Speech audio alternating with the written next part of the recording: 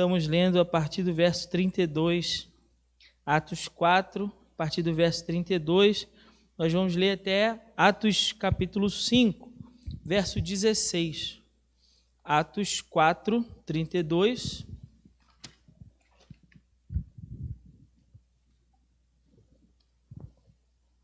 Atos 4, 32 até os 5, 16. Nós começamos domingo passado a falar sobre esse texto e hoje a gente vai completar, né? Diz assim a palavra do Senhor: a multidão dos que criam estava unida de coração e de propósito. Ninguém afirmava ser alguma coisa que possuísse, mas tudo era compartilhado por todos. E com grande poder os apóstolos davam testemunho da ressurreição do Senhor Jesus, e em todos havia imensa graça, pois não existia nenhum necessitado entre eles, porque todos os que possuíam terras ou casas, vendendo-as, traziam o valor do que vendiam e o depositavam aos pés dos apóstolos, e se repartia a qualquer um que tivesse necessidade. Então José, a quem os apóstolos chamavam Barnabé, que significa filho de consolação, levita, natural de Chipre, possuindo um terreno, vendeu-o, trouxe o dinheiro e colocou-o aos pés dos apóstolos. Mas certo homem, chamado Ananias, juntamente com Safira, sua mulher, vendeu uma propriedade e ficou com uma parte do valor, e sua mulher também sabia disso. Então ele levou a parte restante e colocou-a aos pés dos apóstolos. Então Pedro perguntou: Ananias, por que Satanás encheu o teu coração para que mentisses ao Espírito Santo e ficasses com uma parte do valor do terreno, enquanto o possuías, não era teu, e depois de vendido o dinheiro não estava em teu poder? Como planejaste isso no coração? Não mentistes aos homens, mas a Deus. Ao ouvir essas palavras, Ananias caiu e expirou. E sobreveio grande temor, e todos souberam disso. Então os mais novos levantaram-se e cobriram-no, carregaram-no para fora e o sepultaram. Depois de um intervalo de cerca de 3 horas, chegou também sua mulher, sem saber o que havia acontecido. E Pedro lhe perguntou: dize-me, vendeste por tal quantia aquele terreno? E ela respondeu: sim, foi por essa quantia. Então Pedro lhe disse: por que combinastes colocar à prova o Espírito do Senhor? Os que sepultaram teu marido estão lá fora, eles também te levarão. Na mesma hora ela caiu aos pés dele e expirou. Então os mais novos entraram, acharam-na morta e, levando-a para fora, sepultaram-na ao lado do marido. E um grande temor tomou conta de toda a igreja e de todos os que ouviam essas coisas. Muitos sinais e feitos extraordinários eram realizados entre o povo por meio dos apóstolos, e eles permaneciam juntos no pórtico de Salomão. E embora o povo se admirasse muito, ninguém mais tinha coragem de juntar-se a eles. Cada vez mais agregava-se ao Senhor grande número de crentes, tanto homens como mulheres, a ponto de os doentes serem levados para as ruas e colocados em leitos e macas, para que quando Pedro passasse, ao menos sua sombra se projetasse sobre alguns deles. Também das cidades ao redor ia muita gente para Jerusalém, levando doentes e atormentados por espíritos impuros, e todos eram curados. Amém? Pai querido, muito obrigado, Senhor, pela Tua palavra. Pedimos no nome santo de Jesus que Teu Espírito Santo possa nos dar iluminação e compreensão da Tua palavra. Fale, Senhor, de maneira santa e poderosa aos nossos corações. Abra, Senhor, não apenas os nossos ouvidos, mas o nosso coração à Tua voz. É o que te pedimos nessa manhã, no nome santo de Jesus. Amém. Os irmãos podem se assentar, mas mantenha, por favor, sua Bíblia aberta. Irmãos, no domingo passado, eu vou precisar acelerar, tá bom, irmãos? Tem um grande número de observações aqui que eu gostaria de fazer. O tempo é curto pela manhã, mas eu vou tentar correr o máximo possível para fazer o maior número possível dessas observações, compartilhar com os irmãos. Há muitos detalhes nesse texto aqui, mas vamos lá, vamos parar as conversas paralelas, por favor, e eu vou pedir a você que preste muita atenção em mim, tá bom? Porque eu vou acelerar, então se você não prestar atenção, o tempo vai passar e você vai ter perdido a mensagem nessa manhã, tá ok? Bom, por que eu li o texto assim? Parece meio quebrado, né, pastor? 4:32 até o 5:16, eu não entendi muito bem. Normalmente não é assim que a gente costuma ler o texto. Sim, eu estou lendo todo o bloco, toda a sessão em que o assunto é discutido. E o assunto começa a ser discutido no versículo 32 até o versículo 16. Por isso é importante para a gente entender, ler todo o texto.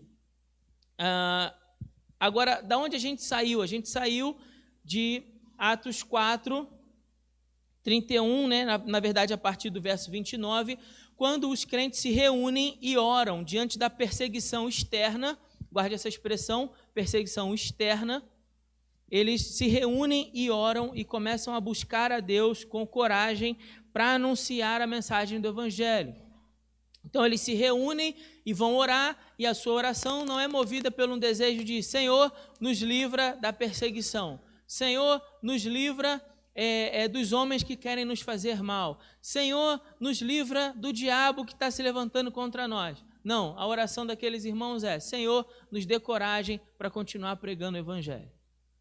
Senhor, nos encha de coragem para continuar anunciando a mensagem de Jesus, o Cristo, ressurreto dentre os mortos. E o resultado daquela oração é o quê? Deus, de fato, ouve aquele povo e abençoa aqueles irmãos que, cheios do Espírito Santo, agora se levantam para pregar com coragem, para anunciar com ousadia a mensagem do Evangelho.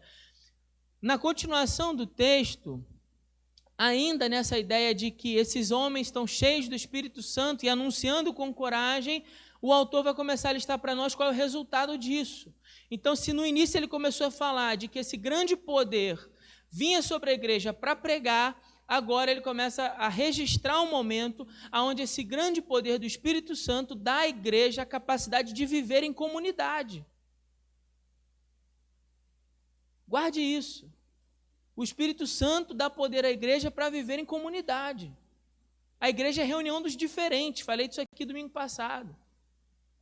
Olha para cada um dos seus irmãos aí. Cada um de nós é diferente. Teve uma criação diferente da sua, tem gostos, desejos, vontades, preferências diferentes da sua. E na igreja é um lugar onde a gente aprende a viver juntos. A viver juntos. Comunhão é isso, a ter em comum. Então, essa comunhão vivida pela igreja, registrada nesses primeiros versos, e um detalhe marcante no texto é, essa comunhão também era temperada por generosidade. Generosidade. De maneira que as pessoas que tinham necessidade de alguma coisa, quando elas estavam ali no seio da igreja, elas eram acolhidas pelos seus irmãos, e as necessidades dessas pessoas eram supridas pelos recursos dos seus irmãos. Então, cada membro da igreja, cada participante da igreja, trazia de maneira voluntária, ninguém era obrigado a nada, que isso fique bem claro, tá certo? Ninguém era obrigado, isso é importante para a gente entender a parte do texto que eu quero explicar hoje. Então, cada irmão trazia de maneira voluntária, dentro daquilo que possuía. Então, o que possuía mais, trazia mais, o que possuía menos, trazia menos. Havia uma ideia aqui também de proporcionalidade. Quem tem mais e desejava contribuir, contribuía com mais. Quem tinha menos e desejava contribuir, contribuía com menos e estava tudo certo, ninguém era obrigado. Essas contribuições eram administradas pelos apóstolos, pela liderança da igreja. Então, a igreja que contribuía, abria mão da sua contribuição.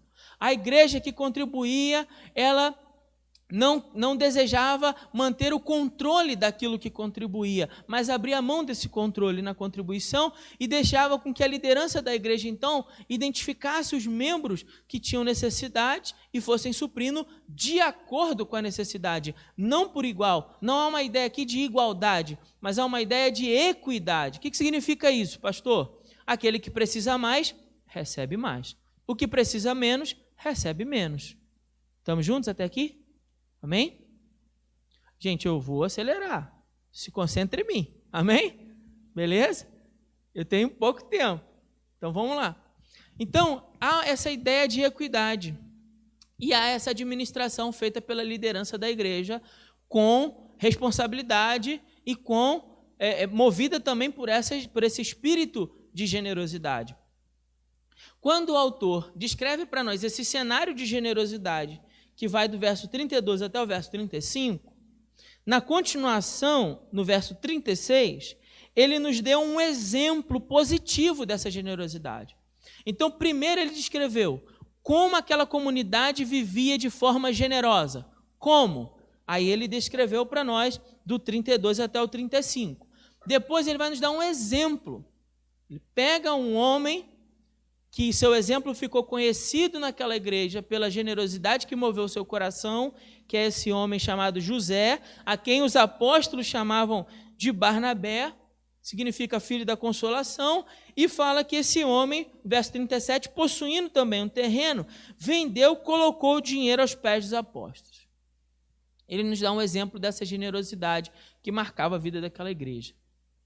Então, aquela igreja que vivia em comunidade, cheia do Espírito Santo, anunciando com coragem, agora também não só contribuía, mas acaba chamando a atenção, entrando em destaque aqui um exemplo no meio daquela comunidade de alguém que havia tomado uma atitude tão generosa como essa, de abrir mão de um valor, de um bem,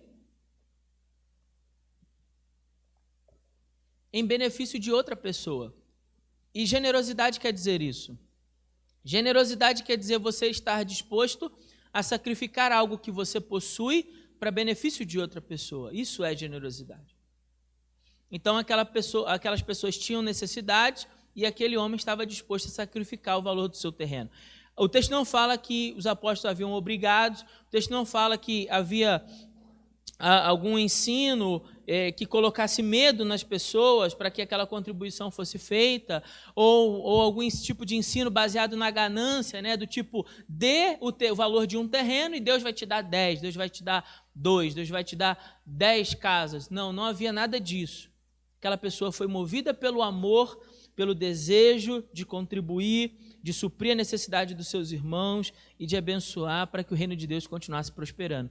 E ali no domingo passado eu disse aos irmãos que a grande ideia nessa etapa do texto é que uma pessoa, um crente, eu, você, cheio do Espírito Santo, deve enxergar a contribuição não como um fardo, não como um peso, não como um sacrifício pesado que eu faço na igreja, mas pelo amor que eu tenho a Deus, pelo amor que eu tenho aos meus irmãos, pelo desejo de servir a minha comunidade, pelo desejo de ver o reino de Deus avançar por meio daquilo que eu tenho. É isso que deve me mover até o altar. Foi isso que moveu José, a quem os apóstolos chamavam de Barnabé, e isso é o que deve mover a minha vida e a sua vida também diante do altar para contribuir. Dito isso, e aí se os irmãos não assistiram à mensagem, graças a Deus hoje a gente tem essa possibilidade de manter o arquivo salvo no computador, você pode assistir depois, porque eu expliquei outros detalhes ali importantes sobre o texto, mas que não dá tempo de falar hoje, para poder a gente vir para o exemplo de hoje, porque o exemplo, o segundo momento do texto, veja aí, no verso 1, a palavra começa com mais. Veja que o capítulo começa com uma conjunção. O que é uma conjunção? Algo que liga duas orações, e o mais aqui dá uma ideia de adversidade, ou seja, em contrário, uma conjunção adversativa. Ou seja, o que ele vai começar a falar agora, esse exemplo que ele vai dar agora, é um exemplo que vai em contraste com o exemplo de José. Então, José é o exemplo positivo. Como a generosidade deve existir no nosso meio? Movida pelo amor, movida pelo desejo de servir, movido pelo desejo de ver o reino de Deus. É assim que a generosidade deve ser. E agora ele vai dar para nós o exemplo de como não deve ser. Estamos juntos? Amém? Certo? Então, fica comigo. Então, agora a gente vai começar a ver como não deve ser. E aí entra essa história que marcou a vida daquela igreja primitiva. A história de um casal que combina entre si vender um terreno e dar parte daquele valor, ocultando a outra parte, retendo outra parte do dinheiro. Esse é o plano dos dois. Movidos pelo quê? Bom, o cenário aqui está posto da seguinte maneira. Há um homem na igreja que o exemplo ficou conhecido por ter feito isso e com isso a igreja glorificou a Deus. Olha só, há um exemplo na igreja de um homem que fez, e com isso a igreja glorificou a Deus, porque viu nele tamanha generosidade. A igreja se admirou daquela generosidade de José. Aquilo chamou a atenção. Ananias e Safira têm o seguinte raciocínio: vamos fazer igual. Vamos fazer igual.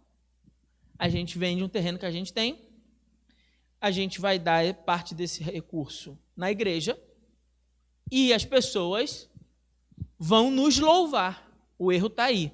Preste bem atenção. As pessoas vão nos louvar. Quando José, chamado Barnabé, fez, a igreja louvou a Deus pelo que ele fez. No entendimento de Ananias e Safira, no momento que nós fizermos isso, as pessoas irão olhar para nós. E elas vão nos ver como elas viram José, chamado Barnabé. Como um homem e uma mulher muito generosos. Deu para entender? Esse é o raciocínio deles. Claro que movido pelo diabo, mas eu vou explicar isso. Como eu já disse, generosidade significa isso, a qualidade daquela alma liberal, da alma generosa, que se dispõe a sacrificar algo que tem o seu interesse para beneficiar alguém. Então, na generosidade, eu abro mão de algo que me é interessante. Veja, algo que é do meu interesse. Muitas vezes não é algo do que me sobra. Generosidade não significa necessariamente algo do que me sobra, mas algo que é do meu interesse, mas que eu me disponho a abrir mão a fim de que outra pessoa seja beneficiada. Tá certo? Estamos juntos? Amém? Estou assistindo vocês bem dispersos. Mas vamos lá. Se concentra aí. Então, esses irmãos têm esse pensamento. Bom, a partir do momento em que nós abrirmos mão também de um terreno, como José fez, vão olhar para nós como olharam para José. Eles queriam era parecer generosos. Eles não estavam preocupados em ser generosos, mas em parecer generosos. Aqui é a famosa hipocrisia que Jesus tanto combateu nos fariseus, que desejavam parecer mais espirituais do que realmente eram. A mesma hipocrisia. Aquele foi o pecado dos fariseus condenados por Jesus, e esse foi também o pecado de Ananias e Safira. Para isso, eles elaboram um plano e criam uma fachada espiritual. Perceba, a ideia aqui é de um plano que crie para eles uma fachada, um exterior mais espiritual, mais piedoso, mais generoso, embora o interior dessa fachada fosse um coração com a mesma alma carnal, impiedosa e avarenta. Então esse é o plano deles. E as consequências nós vamos analisar melhor. Agora um detalhe importante. Ananias significa Deus é cheio de graça. Pense sobre isso. O nome Ananias significa Deus é cheio de graça. Agora, esse Deus cheio de graça se manifestou naquele dia também como justo, como santo, para condenar o pecado que Ananias estava cometendo. Ele descobriu naquele dia que esse Deus é cheio de graça, mas também é santo e justo e puniu o pecado. Outro detalhe importante para a gente pensar no pecado em que eles cometem é que esse pecado foi instigado por Satanás. Isso aparece no verso 3. Olha aí, por favor, comigo novamente. Acompanha, por favor, no verso 3. Diz assim, ó. Então Pedro perguntou a Ananias: por que Satanás encheu o teu coração? Para que mentisses ao Espírito Santo e ficasses com uma parte do valor. Olha o raciocínio de Pedro. Três perguntas. Primeira, enquanto possuías, não era teu? Ou seja, o terreno não era seu? A propriedade não era sua? Não era sua propriedade? Ninguém pediu para você vender esse terreno. Ele era teu, você podia fazer com ele o que você quisesse. Você era o dono dessa propriedade.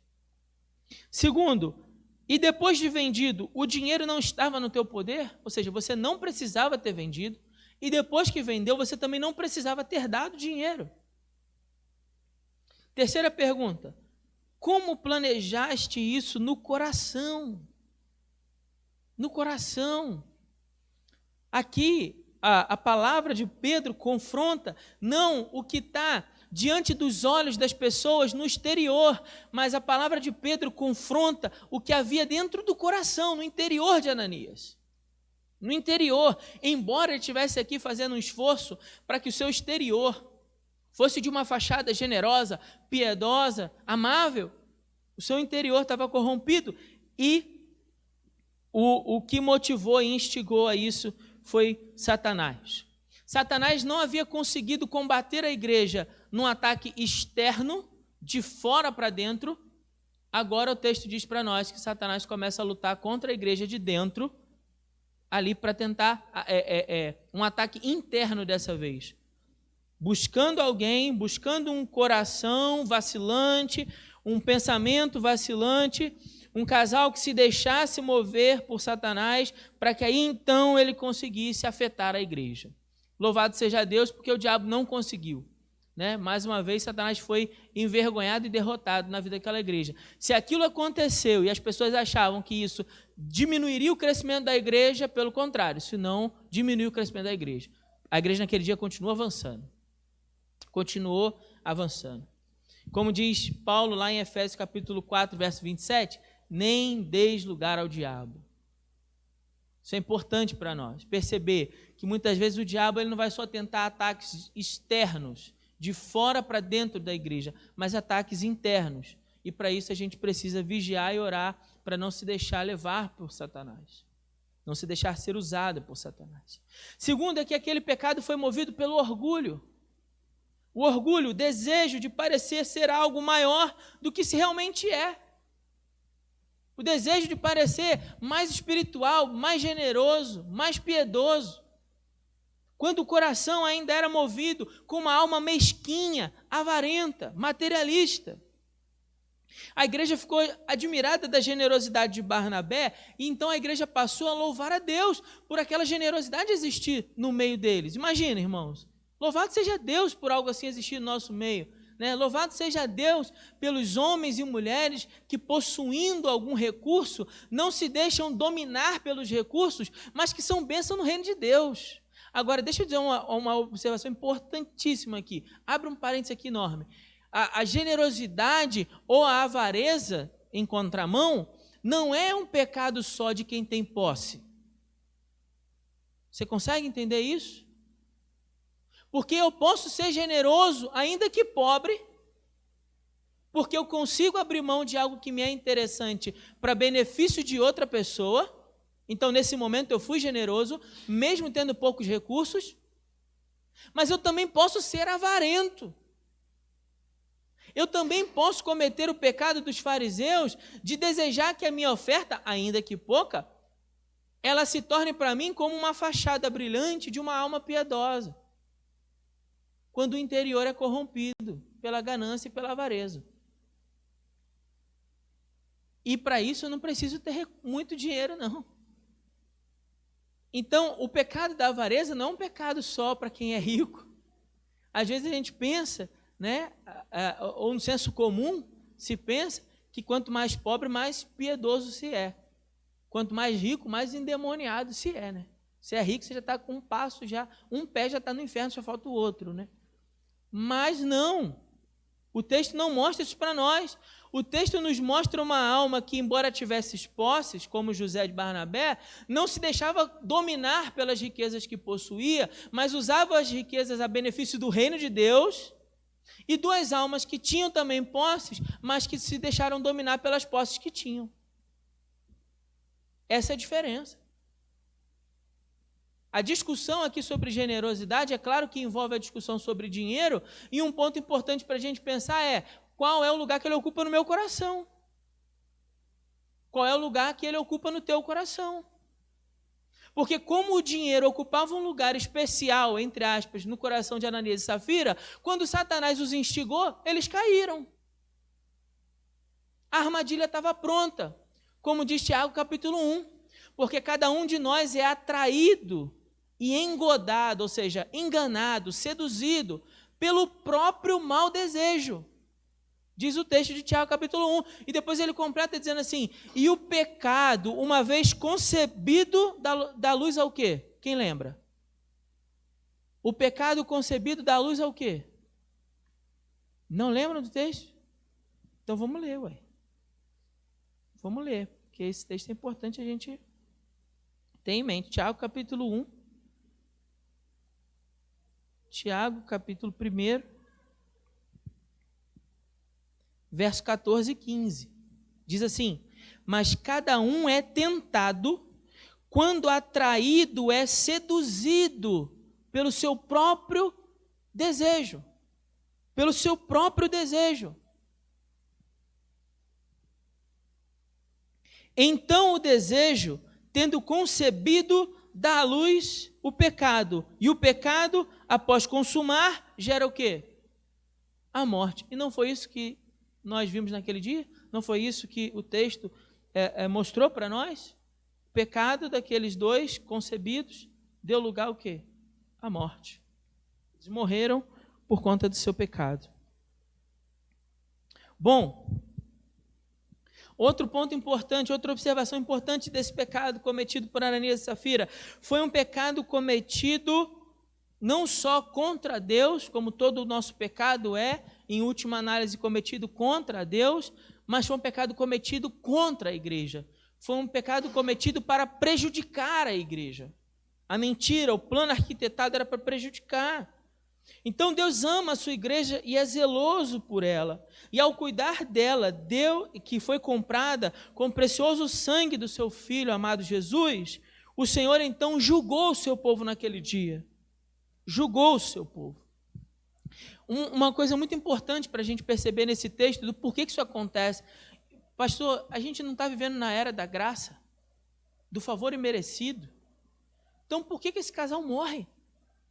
Isso é chocante imaginar algo assim. Imagina, irmãos, se toda pessoa que mente, toda pessoa que mente, ela morresse na igreja, pode completar aí, né? Não ia ficar ninguém. Diante de um Deus que é 3 vezes santo, não ia ficar ninguém. Agora, por quê? Bom, vamos pensar. Quando Deus deu a lei, Deus marcou esse momento. Junto com a lei, Deus permitiu que Moisés fizesse e realizasse sinais e prodígios maravilhosos para marcar aquele momento em que a lei chegou. Depois, quando a gente inicia a era dos profetas Elias, Eliseu, vão realizar inúmeros milagres para marcar aquele tempo dos profetas.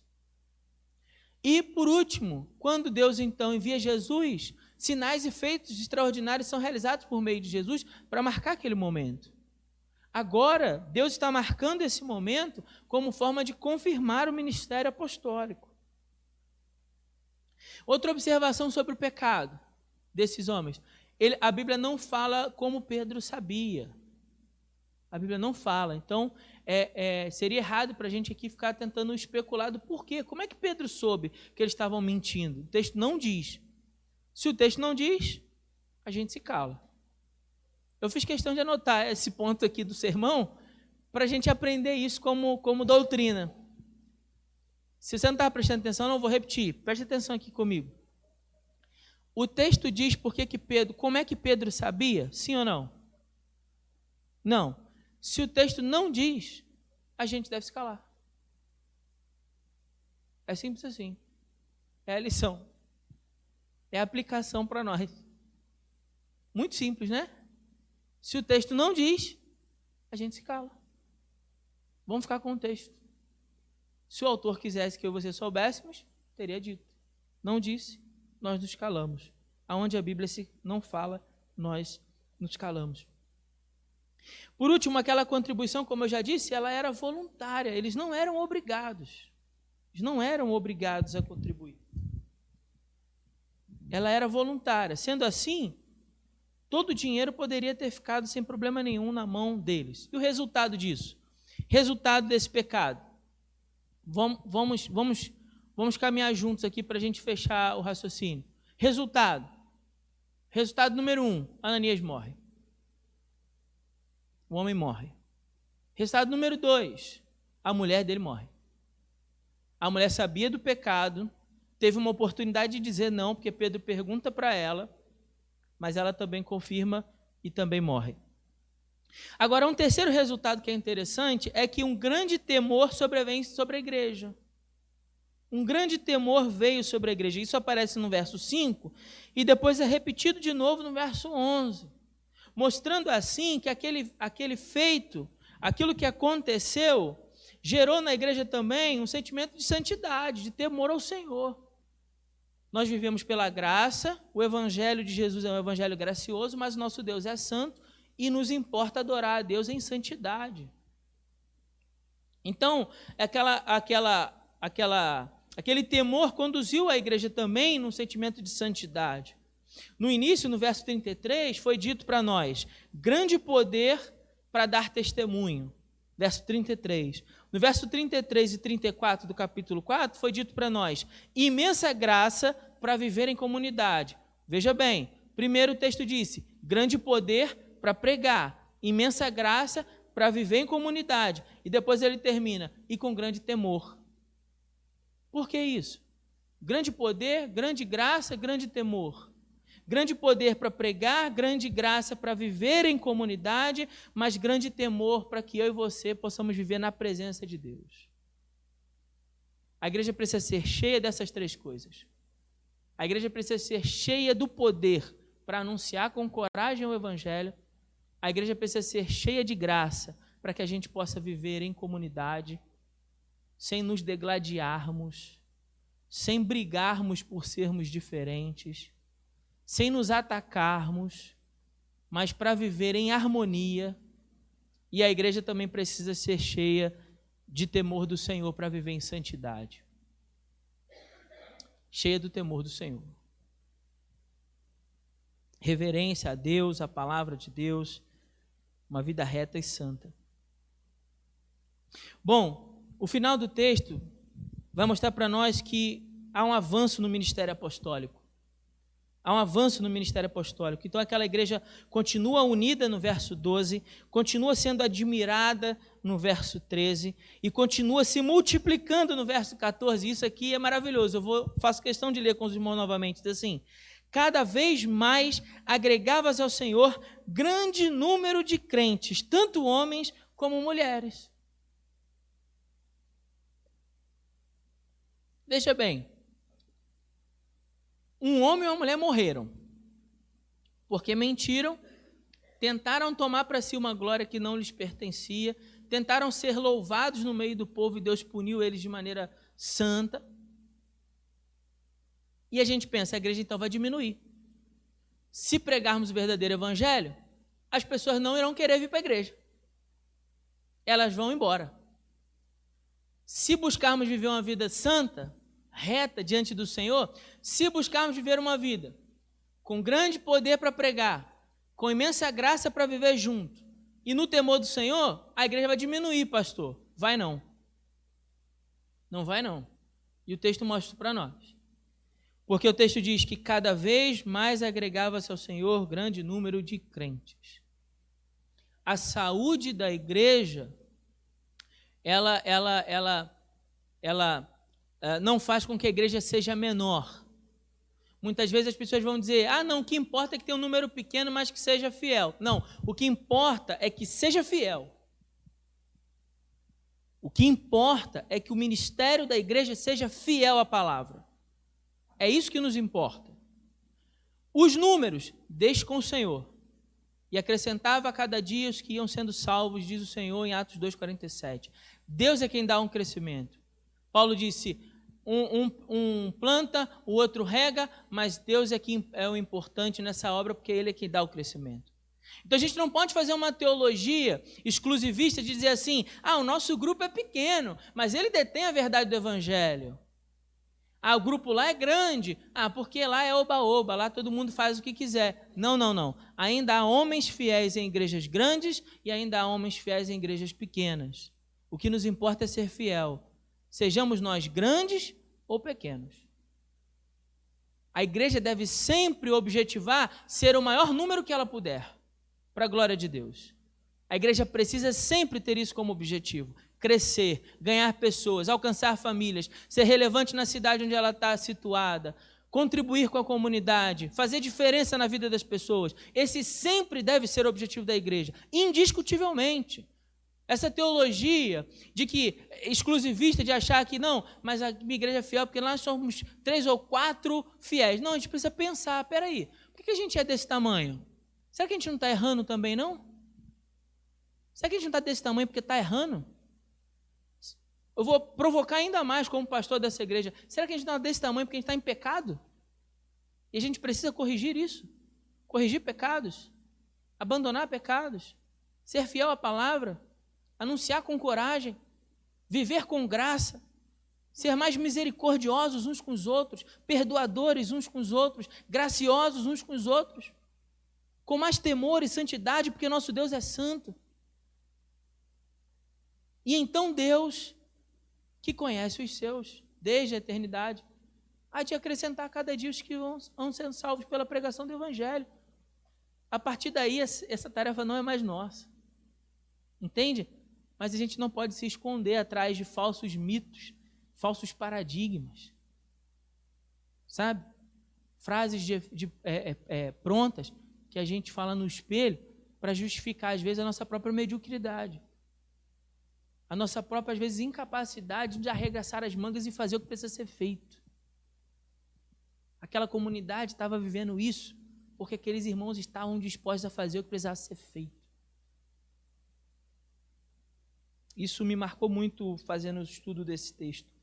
E aí, por fim, os milagres aconteciam como forma de autentificar que aquele era o início daquela era apostólica, que Jesus ressurreto operava milagres no meio deles. Os milagres também autenticaram a mensagem dos apóstolos. Então veja, o coxo é curado por Pedro e João, eles pregam, e a pregação se faz notória como verdadeira, porque a cura também prova isso, dá demonstrações de que Jesus está vivo, Jesus está vivo no meio deles, Jesus foi ressuscitado dentre os mortos. Os milagres aconteciam no poder desse Cristo ressurreto, desse Cristo que agora era anunciado pela igreja e pelos apóstolos. Agora, note, o maior de todos esses milagres, desses feitos extraordinários que eram realizados, é a salvação dos perdidos. O maior milagre é a salvação. Pastor, por que o maior milagre é a salvação? Porque a nossa maior necessidade é de um Salvador. O texto, ele é extraordinário. Preste bem atenção, já estou terminando, vou concluir já, estou caminhando para a conclusão. Mas fica comigo, só mais um pouco. Diz assim, também das cidades ao redor, ia muita gente para Jerusalém, levando os doentes e atormentados por espíritos impuros, e todos eram curados. Imagina essa cena. Imagina por um instante esse negócio acontecendo. Extraordinário isso. Maravilhoso pensar nisso. Que até mesmo a sombra de Pedro se projetando sobre os enfermos nas macas curava aqueles homens. Extraordinário. É claro que isso chama a nossa atenção, né? Chama a nossa atenção. Mas o maior milagre acontecendo nesse texto é que as pessoas iam sendo acrescentadas à igreja à medida em que iam reconhecendo Jesus como o Senhor e Salvador da vida delas. Por quê? Porque a maior necessidade que nós temos é de um Salvador. A maior necessidade que eu tenho não é que a minha perna fique boa, não é que meu braço seja curado, não é que os meus olhos possam ver, não é que os meus ouvidos possam ouvir, mas é que eu seja salvo dos meus pecados. Meu maior problema não é a enfermidade do corpo, meu maior problema é o pecado. Minha maior necessidade é de um Salvador. E quando Cristo vem sobre mim, através do seu Espírito Santo, e me salva, Ele me abençoa com um milagre mais duradouro. Porque veja só, pensa comigo, imaginando que eu não pudesse andar e Deus me cura, e agora eu posso andar. Esse milagre é temporário. Uma hora ele vai acabar. O dia que eu morrer, isso acaba. Sim ou não? Então ele tem prazo de validade. Mas a salvação da minha alma e da tua alma não tem prazo de validade. Entende? Esse texto confronta as nossas vidas de uma maneira muito, mas muito corajosa, porque ele nos coloca contra a parede para dizer o seguinte: eu e você muitas vezes achamos que o que precisamos, sejamos sinceros, isso, o dinheiro. Aí o texto nos dá uma lição de um homem que falou assim: o dinheiro só serve para abençoar pessoas e o reino de Deus. E no final ele vai dizer assim, embora você tenha muito, ou tenha pouco, ou não tenha nada, ou passe necessidade, o que realmente importa é que você seja salvo pela mensagem do Evangelho. Porque o seu maior problema não é ter uma casa maior. O seu maior problema é o pecado. A sua maior necessidade não é morar numa casa maior. Sua maior necessidade é de um Salvador. A minha maior necessidade não é ter um carro melhor. A minha maior necessidade é de um Salvador. A minha maior necessidade não é ter roupas melhores. A minha maior necessidade é de um Salvador. A nossa maior necessidade não é de uma promoção no emprego. A nossa maior necessidade é que você seja salvo. E esse milagre é um milagre que vai acontecer na minha e na sua vida. É um milagre que acontece nas nossas vidas e que não tem prazo de validade. E que para ele foi pago o maior preço de todos. Foi pago o preço do sangue de Jesus. Por esse milagre foi pago o maior preço de todos. O sangue de Jesus. Bom, eu quero só ler minha conclusão, minha consideração final é que tudo aquilo que Deus faz na igreja, seja a repreensão de um pecado, seja um milagre extraordinário, Deus faz com a finalidade de que Cristo seja glorificado. E nós também, eu e você, devemos buscar a mesma coisa. A mesma coisa. Seja a repreensão de Deus sobre nós, ou seja um milagre que nos alcança, seja ele para a glória de Deus, não para a glória de nós mesmos, não para que nosso próprio nome seja exaltado, mas para que o nome de Jesus seja exaltado nas nossas vidas. Que Deus assim nos abençoe com a sua palavra no nome de Jesus.